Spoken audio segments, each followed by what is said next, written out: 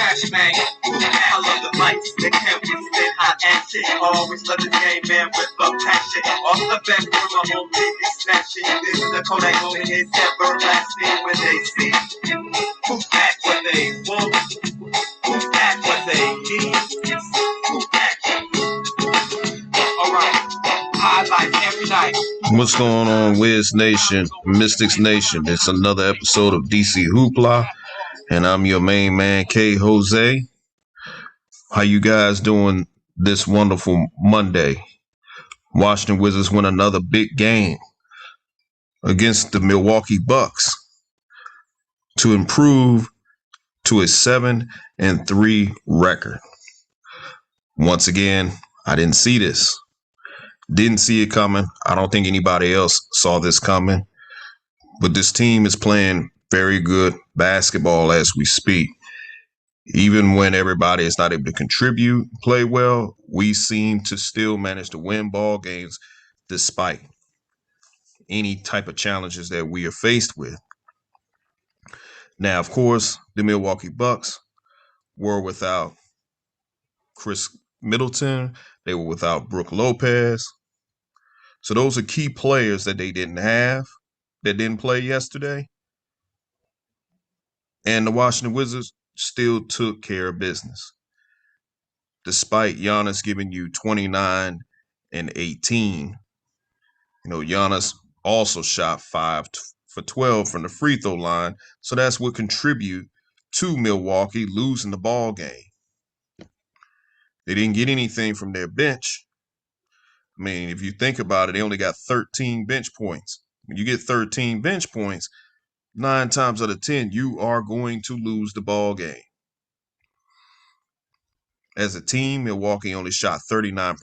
It's good defense by the Wiz.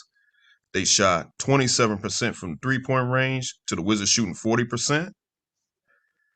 And their free throw percentage, they got to the line 18 times. They only made 55% of those shots.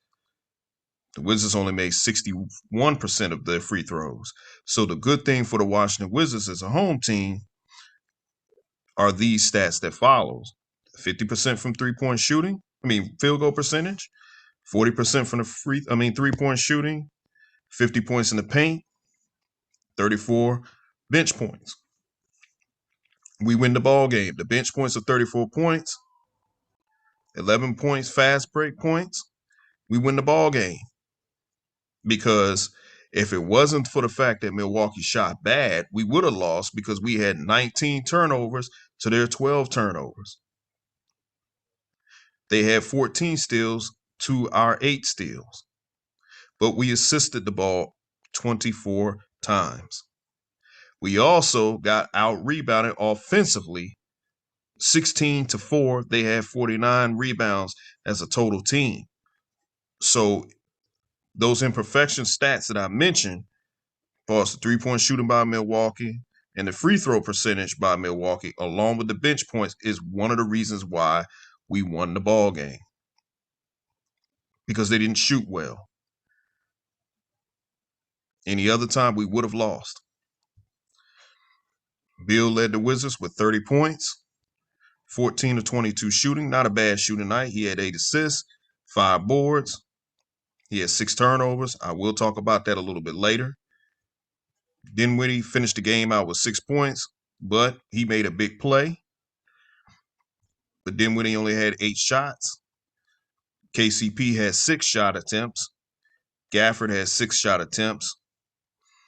Kuzma finished out with another double-double, 15 and 10, off of 6 for 11 shooting. My guy, Montrezl Harrell. He finished the game with 15 points and 4 boards. He only had 7 attempts. He had 3 turnovers. He was a +7.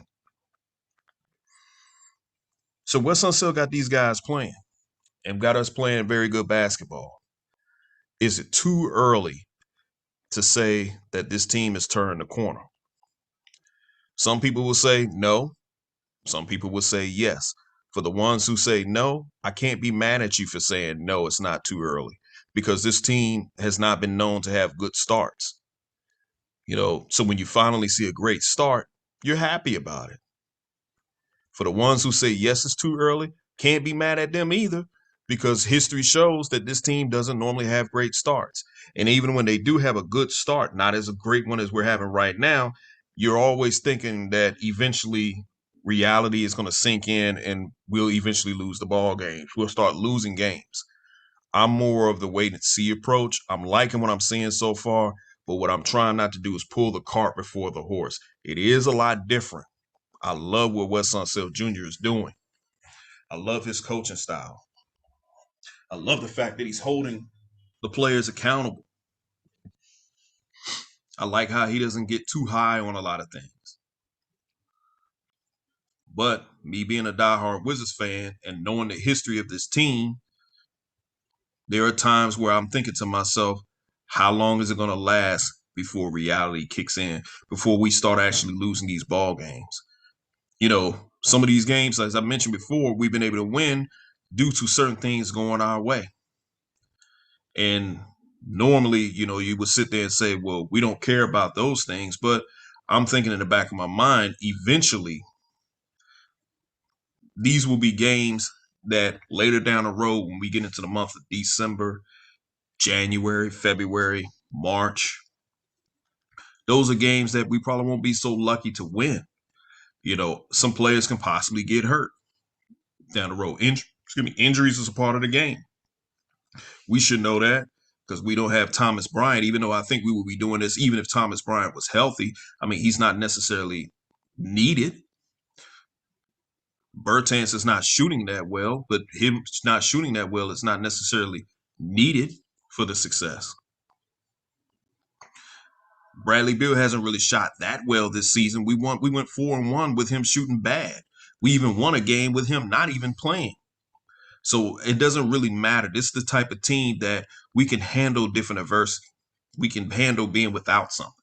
Normally, the things that we used to deal with as fans was if you take something away from this team, they would struggle. And what used to be was if you take John Wall away from this team, we would struggle. And we've seen that. We've seen that several years that we would struggle. And I used to always say as a fan that I would like for this team to be constructed to the point that if John Wall misses a significant amount of time, we don't struggle. That never happened. Well, this season, if you take Bradley Beal away, we're okay. We're not going to struggle. I'm confident enough to say that if Bradley Beal missed, let's say, a month of basketball due to injury, I don't think we would see any type of drop off from this team at all. If anything, I think this team would probably go on a nice run, even if he didn't play, because we would play a different brand of basketball.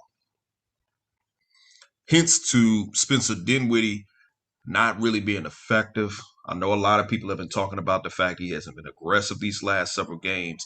I think Spencer Dinwiddie and myself and Dwayne, we spoke about this, or should I say Deacon, we spoke about this on State of the Wizards, is that Spencer Dinwiddie is trying to figure out his fit with this team. People say, what do you mean his fit? Well, Spencer Dinwiddie is a guy who's normally used to having the ball in his hands. But this team is constructed and built around Bradley Beal. He is the face of the franchise. And Spencer Dinwiddie doesn't want to interfere in that. But Spencer Dinwiddie is very capable of taking the game over. You know, Spencer Dinwiddie actually used to be the face of the Brooklyn Nets franchise before they made the moves that they made. So I'm going to stick to what I say when I say that I don't believe Spencer Dinwiddie and Beal can play together. And you're kind of seeing it right now. To a lot of people that say it's premature. I was told it was premature to say that Bradley Beal couldn't lead this team. I said that back in 2018, that he couldn't lead. I didn't have to see a big, huge sample size. I saw enough. Once the sample size started coming out, some people started saying, okay, he can't lead. And there's people who are saying that to this day. But I said this in 2018 that he couldn't.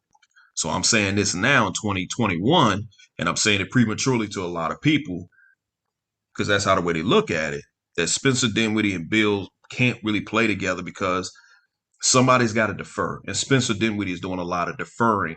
And with him deferring, a lot of people are frustrated because they're looking at it like he's not being aggressive.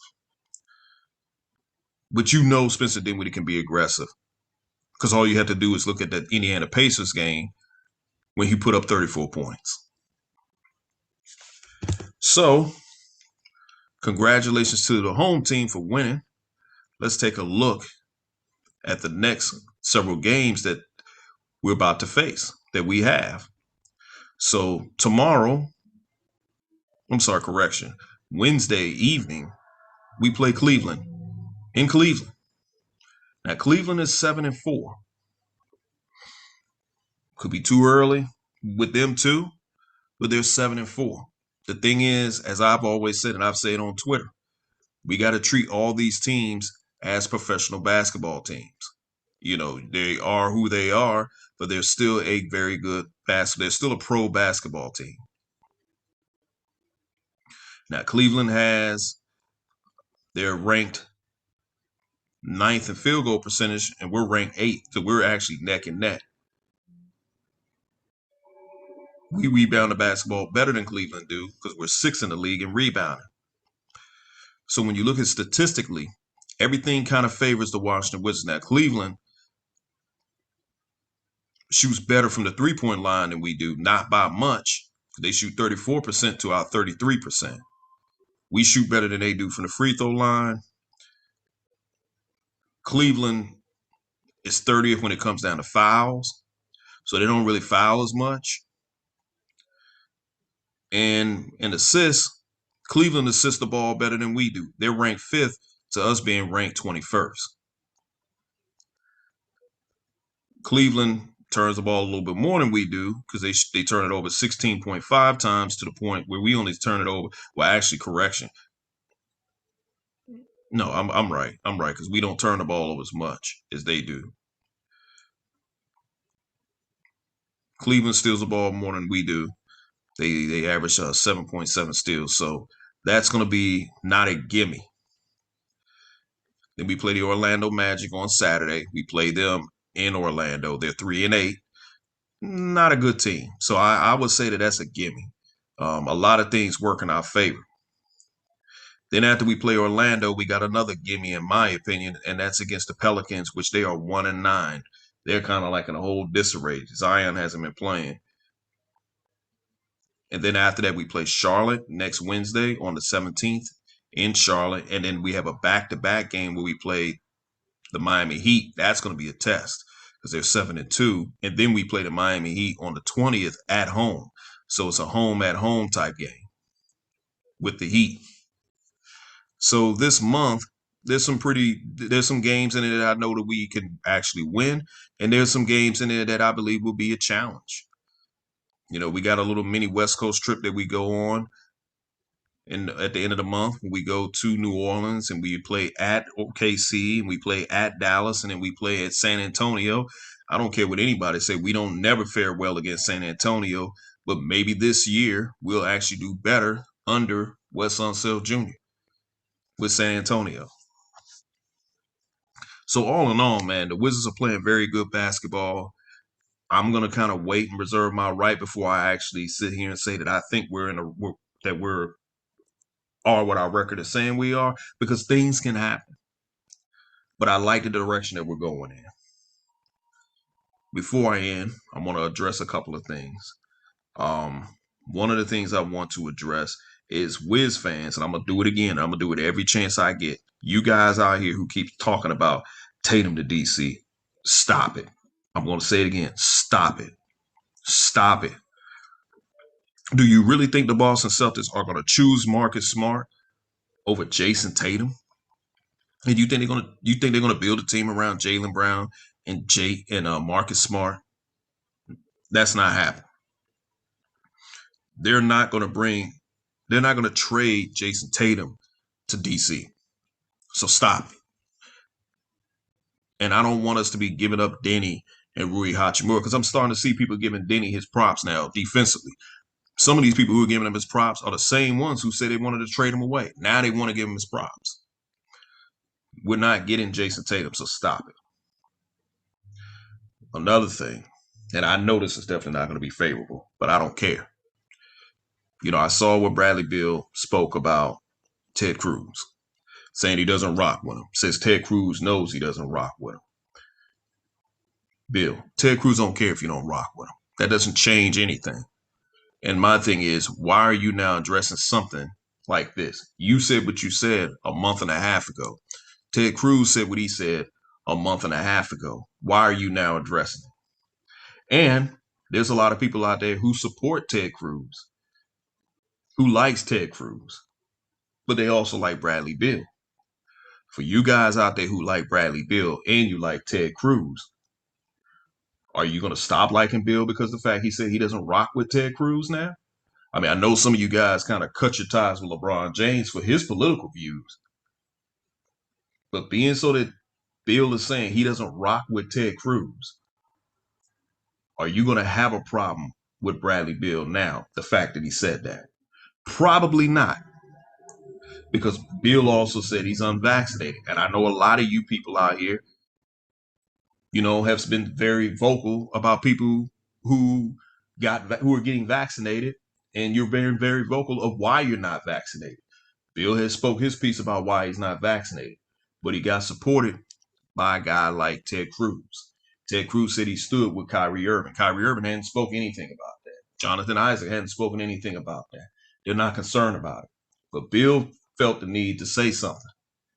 You people out there who support Bradley Beal, but you also like some of the things that Ted Cruz say, how do you feel? Are you going to not rock with Bradley Beal now? Or are you going to give Bradley Beal a pass? Because we know you definitely don't give LeBron James a pass. You don't give anybody a pass that does not go along with the right. You cancel those guys because you guys be so quick to talk about the cancel culture. But you cut ties with guys who don't think the way the right do. So even though Bill is unvaccinated, which is something that the right preaches, he's telling you he doesn't rock with a right-wing thinker such as Ted Cruz. Are you going to sever your ties with Bradley Beal because of that too? Anyway, shout out to the Wiz. Shout out to my man Denny. Shout out to Montrezl Harrell. Big kudos to Wes Unseld Jr. Loving what he's doing with this team. Love the coaching style. Love the accountability. Love everything. This team is okay. This team can handle adversity.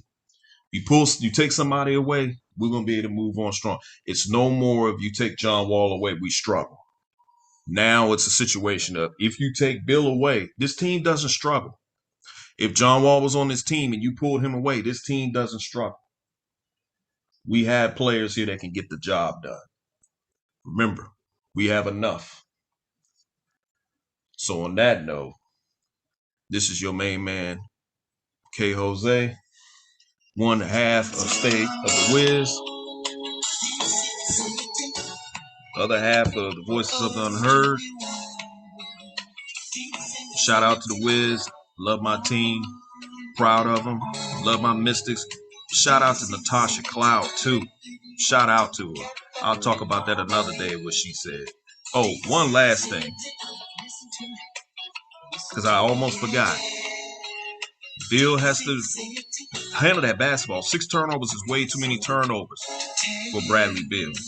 Way too many. I need him to take better care of that basketball. But you guys have a good one.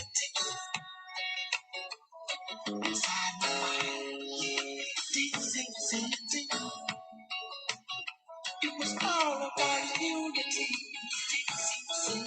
People living together. People sharing together. Holding hands and living together. Sometimes around the winter's